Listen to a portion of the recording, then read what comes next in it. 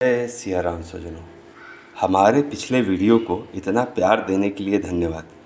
उन सभी भक्तों को भी कोटि कोटि धन्यवाद जिन्होंने एकादशी व्रत शुरू करने की सूचना दी है।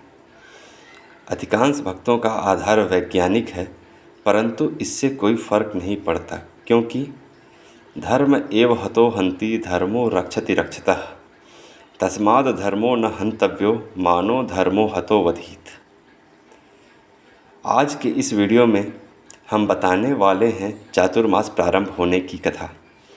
कृपया अपने व्यस्त समय से थोड़ा वक्त निकालकर इस वीडियो को अंत तक अवश्य देखें। सूर्य के मिथुन राशि में आने पर देवशयनी एकादशी आती है। इसी दिन से चातुर्मास का प्रारंभ होता है। फिर लगभग 4 माह बाद तुला राशि में सूर्य के प्रवेश के बाद देवोत्थानी एकादशी को चातुर्मास समाप्त होता है। पुराणों में वर्णन आता है कि भगवान श्री हरि विष्णु ने वामन रूप में दैत्यराज बलि के यज्ञ में 3 पग दान के रूप में मांगे। भगवान ने पहले पग में संपूर्ण पृथ्वी, आकाश और सभी दिशाओं को ढक लिया। दूसरे पग में संपूर्ण स्वर्गलोक ले लिया। इतना देखते ही राजा बलि समझ गए कि ये श्री हरि विष्णु हैं। अतः राजा बलि ने अपने आप को समर्पित करते हुए अपने सर पे तीसरा पग रखने को कहा। इस प्रकार के दान से प्रसन्न होकर भगवान श्री हरि विष्णु ने दैत्यराज बलि को पाताल का अधिपति बना दिया और राजा बलि से कहा कि हे राजन, मैं आपसे प्रसन्न हूँ, आप कोई भी वर मांग सकते हैं। दैत्यराज बलि ने वर मांगते हुए कहा कि भगवान, यदि आप मुझ पर प्रसन्न हैं तो आप मेरे महल में नित्य रहें। भगवान श्री हरि विष्णु ने तथास्तु कह दिया। ऐसा होता देखकर देवी लक्ष्मी चिंतित हो गईं। उन्होंने राजा बलि को अपना भाई बना लिया और राजा बलि से अनुरोध किया कि आप श्री हरि विष्णु को वचन मुक्त कर दीजिए। काफ़ी विचार विमर्श के बाद भगवान श्री हरि ने बीच का रास्ता निकाला और कहा कि मेरा वरदान गलत नहीं हो सकता, परंतु ये रास्ता है कि तीनों देव बारी बारी से प्रत्येक 4 माह तक दैत्यराज बलि के महल में निवास करेंगे। भगवान श्री हरि विष्णु देवशयनी एकादशी से देवोत्थान एकादशी तक, देवाधिदेव महादेव शंकर जी देवोत्थान एकादशी से महाशिवरात्रि तक और परम पिता ब्रह्मा जी महाशिवरात्रि से देवशयनी एकादशी तक दैत्यराज बलि के महल में पाताल लोक में निवास करते हैं।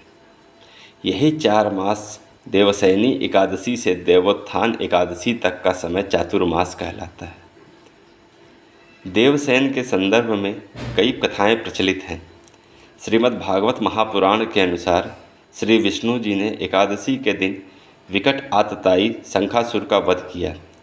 अतः युद्ध में परिश्रम से थक कर वे क्षीर सागर में सो गए। उनके सोने पर सभी देवता भी सो गए, इसीलिए यह तिथि देवशयनी एकादशी कहलाई। भविष्य महापुराण के अनुसार एक समय योग निद्रा ने भगवान श्री हरि विष्णु से प्रार्थना किया कि हे भगवान, आप मुझे भी अपने अंगों में स्थान दीजिए। तब श्री भगवान हरि विष्णु ने योग निद्रा को अपने नेत्रों में स्थान देते हुए कहा, तुम वर्ष में 4 मास मेरे आश्रित रहोगी। यही वक्त चतुर्मास कहलाता है।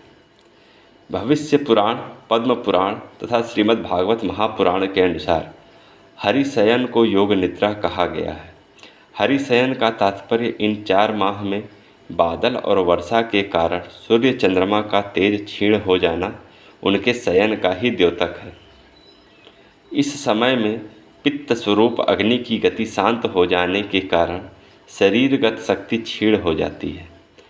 आधुनिक युग में वैज्ञानिकों ने भी खोजा है कि चातुर्मास्य में विविध प्रकार के कीटाणु अर्थात सूक्ष्म रोग वाले जंतु उत्पन्न हो जाते हैं। जल की बहुलता और सूर्य तेज का भूमि पर अति अल्प प्राप्त होना ही इसका मुख्य कारण है। 10 जुलाई 2022 से 4 नवंबर 2022 तक चातुर्मास है। इस चातुर्मास में 5 राशियों के जातकों पर भगवान श्री हरि विष्णु की अति कृपा रहेगी। वे राशियां हैं मेष राशि, वृषभ राशि, मिथुन राशि, कर्क राशि, वृश्चिक राशि। भगवान श्री हरि विष्णु की सब पे कृपा बनी रहे। ओम विष्णवे नमः। ओम नमो भगवते वासुदेवाय।